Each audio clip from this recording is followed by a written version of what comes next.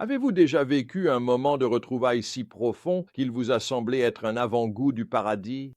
Eh bien, l'histoire des retrouvailles émouvantes de Joseph et Jacob en Égypte nous rappelle puissamment que, même au cœur des plus grandes peines de la vie, Dieu agit en coulisses pour accomplir ses desseins et restaurer ce qui a été brisé.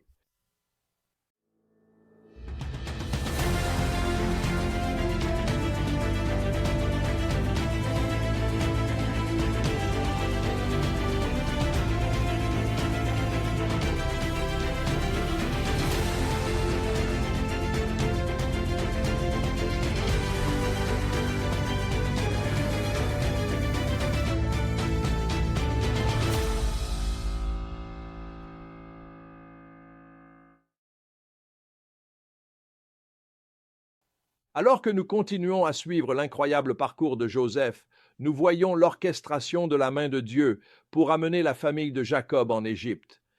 Ce déplacement ne garantit pas seulement leur survie pendant la famine, mais il prépare également le terrain pour l'accomplissement de la promesse de Dieu faite à Abraham, que ses descendants deviendraient une grande nation et une bénédiction pour le monde entier.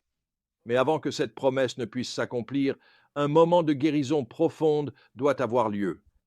Lorsque Joseph et Jacob se retrouvent face à face après plus de 20 ans de séparation, le poids de leur chagrin et de leur éloignement se déverse dans un torrent de larmes.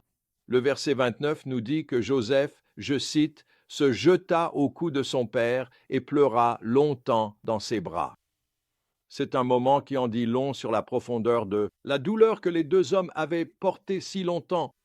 Pour Jacob, le chagrin d'avoir perdu son fils bien-aimé était une blessure qui n'avait jamais vraiment guéri.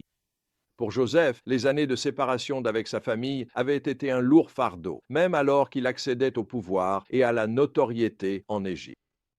Mais dans leurs larmes, il y a aussi un profond sentiment de gratitude et de soulagement.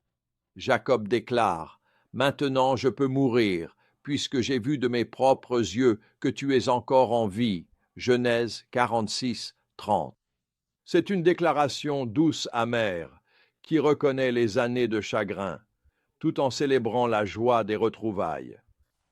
À bien des égards, cette scène de retrouvailles illustre la guérison et la restauration profonde que Dieu désire apporter dans chacune de nos vies.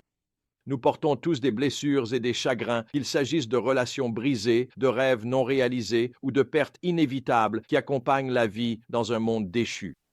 L'histoire de Joseph et Jacob nous rappelle que, peu importe la profondeur de notre douleur, Dieu peut faire jaillir la beauté des cendres et racheter même les chapitres les plus sombres de nos vies. C'est aussi un rappel que si nous attendons le Seigneur pour obtenir des réponses à nos prières, il répondra et enverra une grande joie.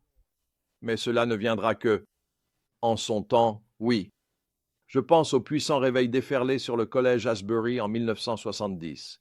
Un moment d'éveil spirituel commencé lors d'un petit service dans la chapelle et qui a continué à toucher des milliers de vies. Alors que les étudiants et les professeurs se rassemblaient pour prier et adorer, ils ont ressenti une profonde présence et puissance de Dieu, un avant-goût de la réunion qui nous attend dans l'éternité. L'une des histoires les plus remarquables de ce réveil concerne un professeur âgé nommé Dr. Frank Laubach. Le docteur Laubach était un homme qui avait consacré sa vie à servir Dieu et les autres en lançant un programme d'alphabétisation qui a touché des millions de vies à travers le monde.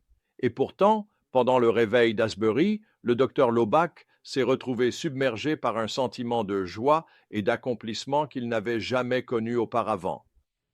Je lui ai parlé 3 mois après le réveil. Avec des larmes aux yeux, le docteur Laubach s'est tourné vers moi et a dit « J'ai prié pour ce moment pendant des années. Maintenant, je suis prêt à aller rejoindre le Seigneur. » 1 mois après le docteur Laubach est décédé, ayant vu l'accomplissement d'un rêve de toute une vie.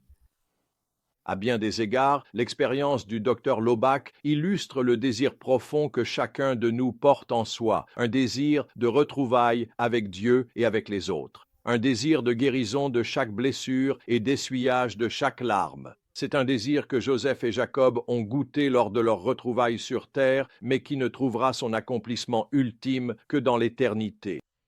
Mais cela n'implique pas d'attendre le ciel pour expérimenter la puissance de la réconciliation et de la restauration. L'histoire de Joseph nous montre aussi l'importance de marcher avec sagesse et intégrité ici et maintenant, d'être de bons intendants des opportunités et des relations que Dieu nous a confiées. Nous le voyons dans la manière dont Joseph gère les dynamiques délicates pour amener sa famille en Égypte en leur assurant les meilleures terres pour s'installer tout en veillant à ne pas susciter de ressentiment parmi les Égyptiens. Nous le voyons aussi dans la façon dont il gère la crise de la famine, utilisant la sagesse que Dieu lui a donnée pour préserver la vie et bénir toute une nation. De la même manière, Dieu nous appelle à être de sages intendants des dons et des vocations qu'il a placés sur nos vies, et à utiliser notre influence et nos ressources pour sa gloire et le bien des autres. C'est un appel qui exige de l'humilité, du discernement et la volonté de faire confiance à la direction de Dieu, même lorsque la voie à suivre n'est pas claire.